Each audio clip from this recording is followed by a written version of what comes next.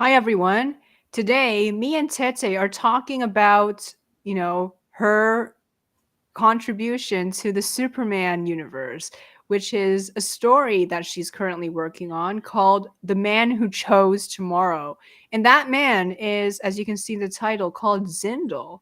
And the reason behind this character's background and name, which is Yiddish, is because the original intent behind Golden Age Superman was that he was actually inspired by, these waves of 20th century Jewish immigration from Eastern Europe.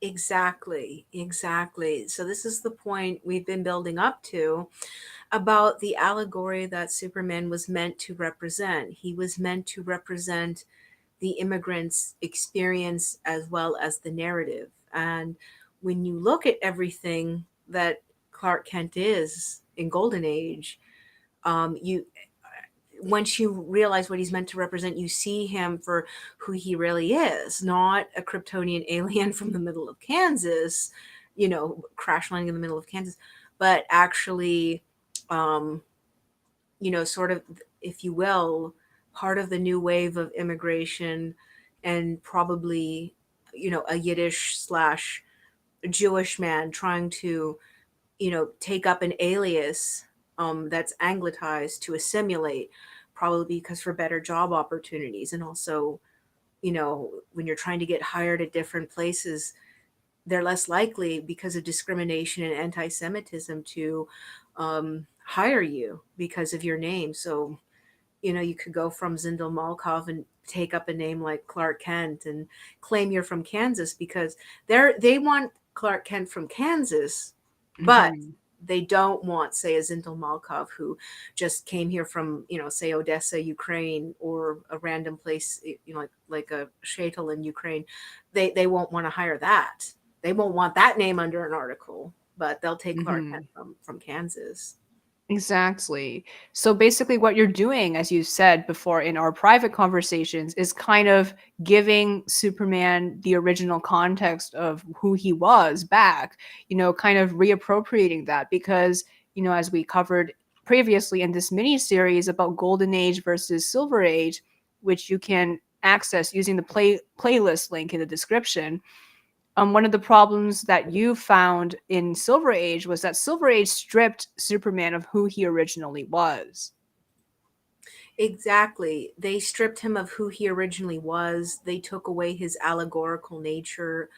They also, I mean, not to sound overly political, but they essentially kind of whitewashed him. Um, they stripped away a lot of the qualities that made him, the allegory, of a Jewish immigrant and made him into sort of an all American pie thing. Well, sort of a sort of kind of like a old American stock, if you will, and just sort of this Midwestern wholesomeness. Which I'm not trying to denounce anything by that, but you have to remember originally when you look at him, even the way he looks, dresses, acts, behaves, this is not a Midwestern man of Anglo-Saxon descent or even a Kryptonian alien raised in a simulation of that kind of society or culture. But when you look at how originally he was, a lot of readers, especially those who were Jewish American readers, they did not see Clark Kent. They knew this guy has another name. That's just the name he uses, but they could clearly see this is I mean, just to put it bluntly, this is a Jewish man, just to throw it out Mhm. there. Mhm. And Exactly. And even the Nazis knew, right? the Nazis sensed it a mile away. I mean, no, so a lot of American public were caught off guard. Like, unless you were a Jewish American reader reading this, if you were just like, say, non-Jewish or even like non-immigrant, because I mean, like, even if you were like, say, Italian or new wave immigrant, you could kind of relate to Clark or understood, hey, he kind of reminds me of my friend who's Jewish. But people in America who were like non-Jewish or non, newer immigrant couldn't see it. But Nazis who were reading this, you know, Nazi Germany, and they're looking at all the different things that Americans are reading, like trying to find propaganda context or material, they panicked. They thought, oh my goodness, there's this. this super being figure, this superior man, and it's a Jew.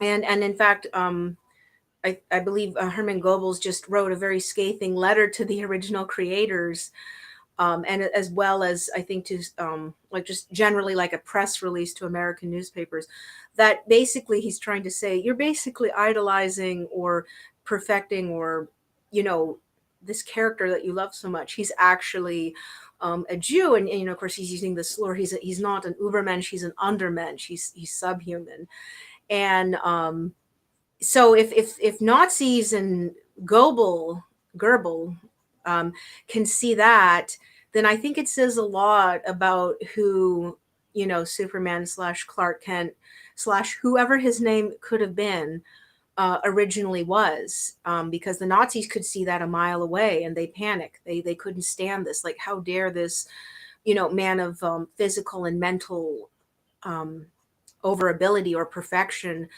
how dare he be non-Aryan? And of course, I mean, when you look at how the way Superman and Clark Kent look, I mean, which are one and the same, I mean, he's just wearing glasses and all that, it defies, as we've spoken in earlier podcasts, it defies um most heroic ideals, especially in, say, America, white America.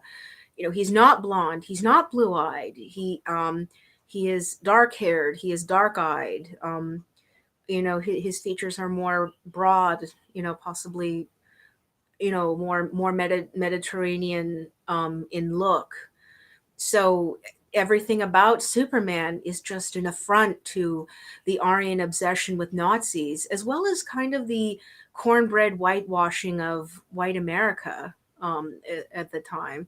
So to have someone like who looks and acts like that, and who is basically, I would say a Jewish man using an assumed name to avoid discrimination or anti-Semitic retaliation, um, it's quite gutsy, it's quite bold, and um, I think for a lot of Jewish American readers or even Jewish European readers, I think that meant a lot to see that kind of character, because I think prior to that, what we saw in a lot of heroic depictions were usually these Aryan ideals and such.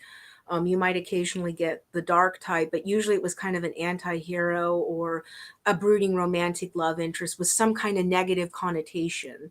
Kind of like in the English romance novels. Usually, if you had a dark haired, dark eyed person, they had problems. Kind of like Heathcliff or Mr. Rochester, bad boys.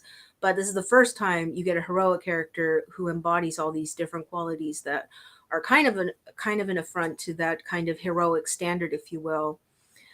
And I guess also too, it is kind of a thing where the allegory of Krypton and escaping Krypton is the immigrants' allegory of seeing their home destroyed by political strife, upheaval, war, as well as not being safe to return because you might get killed based on your political or ethnic affiliation, or even just having a name like, ooh, you have that name, you must be one of them, like uh, go live in go live in the ghetto or something, or you know what I mean. So the whole allegory of, say, a planet like Krypton exploding um, fits very well with that kind of sad tragedy of never being able to go back to something because it's destroyed.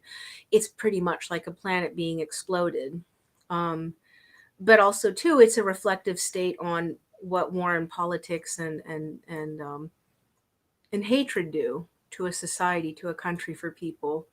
So I think a lot of people seeing the whole thing, and also too, you notice originally not much was that explored about Krypton too much, except that it was a lot like Earth, but more advanced. And that in itself is kind of an allegory for the old country, that it being older and maybe kind of a little bit more advanced in some aspects, but mostly the aspect of it's not much different than here, and it's destroyed by its own people because of the choices and things that were made.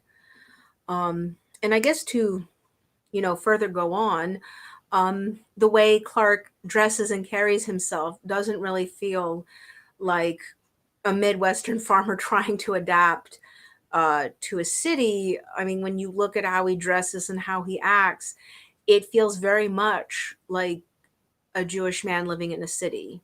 And just the way he's designed and act. Even the whole glasses thing. A lot of people assume it is for disguise, but originally, he does struggle a little bit with eyesight. And that's one of the reasons why he couldn't. There was this one page or excerpt, if you will, why he couldn't join the army because he had bad eyesight. He failed the eye exam. It's ironic. He's got X-ray vision. He can see from far, but he can't read the flippin' eye chart for the army entrance exam, so he can't do it. So I guess he can just kind of stay home and take care of fascists at home, or maybe go overseas and beat them up. You know, he can just fly over there. Um, but you know that in itself, I'm not trying to say a stereotype, but you know he's meant to kind of represent the more intellect type, you know, the more urban type. And you know, I would have to say that I mean, and this of course is also from what some of the things his original creators had shared years later, that a lot of guys like themselves, two young Jewish men, they could relate to him a lot because they imparted a lot of their own characteristics, looks, and desires and traits into him. But also probably a lot of other young Jewish and Jewish American men could probably relate a lot, very much so, to Clark, and could see it instantly and clearly, and the way he was, and the way he looked, the way he acted, um, and of course, you know, he has a drive for political change. He does strongly believe in community, and this is a mindset that you kind of bring over with you from where you're coming from, because you're in a more you're in a more community based society. There's less there's less emphasis on, if you will, kind of a selfish individuality. And I don't want to say it's selfish, but you know, when you think about the desperation of that time, it can feel selfish. But I guess also to launch into this, so um, more community based mind approach to things, as well as, like, say, people living in Eastern Europe, or say Tsarist Russia and the Pale of Settlement. A lot of people had to live communally, or had to kind of build a welfare system just to survive, because the poverty was crushing. You weren't allowed to live anywhere else. Some people escaped, but it was like a very handful of people who could get into university. And that was such a rare exception. And I can't imagine the kind of struggles or discrimination, or people talking behind their back or doing dirty crap, you know, behind their back, they would probably have to endure once they left the safety, if you will, of that parameter, you know, of the Pale of Settlement. So you know, with that mindset and this kind of desire for social change, that's another thing that that Clark really embodies and really exudes, if you will, through his actions, because he's not always being Superman beating up crap. I mean, a lot of times he's wanting to write exposés and expose things, and maybe that's where his real power is. Like, yes, he got a confession as Superman threatening to beat up a politician and toss him out a window. But that confession's not going to do any good if Clark Kent isn't in his office writing the story and getting it in paper and exposing this guy to the public. Exactly. That makes a lot of sense. You explained it so well. Thank you. Thank you. And so basically what I wanted to do was to pay homage to that whole allegory I just explained. And I wanted to pay homage to his original creators. Unfortunately, there's not a lot of respect for the intent or the allegory that his creators put forth. Not a lot of people know about the certain details and little snippets of hints that a lot of people who know, if they look for it, they can find it. Um, Unfortunately, you know, I would say ever since the original creators kind of lost control of it, like I said, he's been whitewashed and he's been stripped of his Jewish allegorical nature. And I Mhm. wanted to bring that back, and I wanted to make him human, and I wanted to make him real, like an actual person who just, and the unlucky draw of life, just got these weird powers. They're not all that OP, but they're pretty abnormal, and he wonders how he can use them, and he tries to use them for good. And that's pretty much the intent and drive that I'm going with this interpretation on the character. Mhm. And you've done a great job so far. You have written, I think, over 15,000 words so far in your outline. Thank you. I have been trying. I really want, there's going to be a lot more, and I think a lot more exploration of ideas and politics and things like that. It'll be very hard hitting. I don't think it'll be very, it certainly won't hold back any punches when it comes to the grim realities that a man of that of that kind of background and experience would endure. And but yes, that is where this all originated, was to bring back Superman slash Clark Kent slash whomever he would be, whatever name he would dare expose himself, back. I want to bring that back. I think it's wrong to deny his roots. And how do I say it? It's like, let's make him into what he was originally, and why not make him more human? Because maybe that's something too. Like, isn't it's kind of strange? Like I mentioned in the other podcast, we're more willing. I guess as the public now, back then, like non-Jewish public was probably more willing to accept an alien crash landed as a baby in the middle of Kansas, and he's raised by these Midwestern farmers. We're more willing to accept that for our hero than we would be, a Russian Jewish immigrant who has only been maybe 10, 12 years in the country, or maybe even less. We're willing to accept an alien but not an immigrant. We're willing to accept one kind of alien but not another kind of alien. Exactly. Right. So, you are really breathing life into him. And like we talked about in our private conversations, if you took the whole alien allegory literally, there's a lot of things you wouldn't be able to explore or explain because you're aiming for a more realistic narrative. Exactly. If you take the allegory too literal, or just straight literal, you fall flat. Now, I've seen some artists and writers do a pretty decent job of it, but it doesn't fully explain his motivations, or why he's so driven the way he is.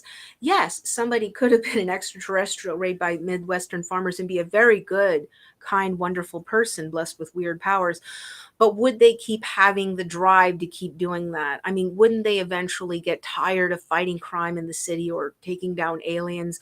Wouldn't they want to retreat, back to being a farmer in Kansas or something? And what would drive them to fully expose themselves and do this kind of work, if they did not have other experiences, or a drive that another person would? That makes a lot of sense. And in future podcast episodes, we're going to learn more about Zindel's story, breaking down where he came from, how he went to the United States, what his powers are like compared to Golden Age Superman, because that's where he's compared to, right? Because that's where he comes from, not Silver Age. Exactly. So basically, Zendel is Golden Age Superman. Right, as he was always kind of meant to be without the allegory. Exactly. He was always meant to be that without the allegory. I mean, here's the thing. You're doing a good job of trying to represent an allegory, for, let's just say, for your community and people. You're doing a good job when you have just fully angered a bunch of racist fascists, when you've just made them seething at the mouth, and they're, denouncing him as, so many slurs and stuff. And you also know you've done a good job too when you write a nasty letter back and show, your character, basically clobbering the crap out of Goebbels and Hitler. Exactly. Yeah, so thank you so much. And we will be exploring more about Zindel and his story in upcoming episodes. Yes, yes, we will. There is a long and wonderful and beautiful journey with Zindel, and I think we'll also delve into. He's been around for a little bit. He's pretty much on par with Andre, so we're also going to be exploring that as well.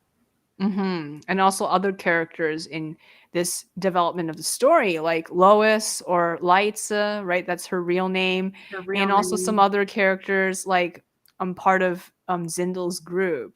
You know, you have Exactly. included your version of Jimmy Olsen, for example. Yes, I have Perry White, I have Jimmy Olsen, I have Lois Lane. Um, I have various and different characters who have been reimagined, and you'd be surprised with, Batman. and of course we have Batman, but you will, but I think readers will be surprised how many actual Jewish American immigrants we actually have in this story, because that's what it was originally meant to be. So I cannot wait to, and also I cannot wait to introduce other characters like Batman, and also some opponents that have been translated into a hyper realistic naturalism. So I can't wait to explore that with everybody. Yes, Lex Luthor. Yes, we have Lex Luthor, and he is very, very different from even Golden Age. So, but we'll see how his character develops and how this all entails. So to close this off, how will you present this story? Will it be pitched to DC and, maybe turned into a comic, or do you think this will be a play, or what is it? I feel like at first I'd like to finish a basic outline, and then I believe it will be kind of in a short novel format, not quite like, thick Russian epic describing every little thing. But I think it will be kind of an account novel first. Um, and then hopefully through that format, it could be adapted into a comic script, and or it could be done at the same time, both. But probably novel and comic script, and hopefully maybe DC will pick it up. Maybe its Black Label will want something controversial, such as, imagine if Superman was originally just a human and he's actually a Jewish immigrant. Maybe they will pick it up, and that will be interesting. I hope it does. I hope it does. I mean, I I think for this day and age, with all the rising tensions of politics and ethnic identity in the world, um, as well as the need for social change and things like that. Maybe we need a story like Zindel's now. Maybe we need this kind of Superman. Hmm. I agree. I can't wait to find out more about this. Thank you so much. I'm very honored to begin this journey, and I want to welcome everybody on board. Right. Thank you so much. Thank you. Bye. Bye.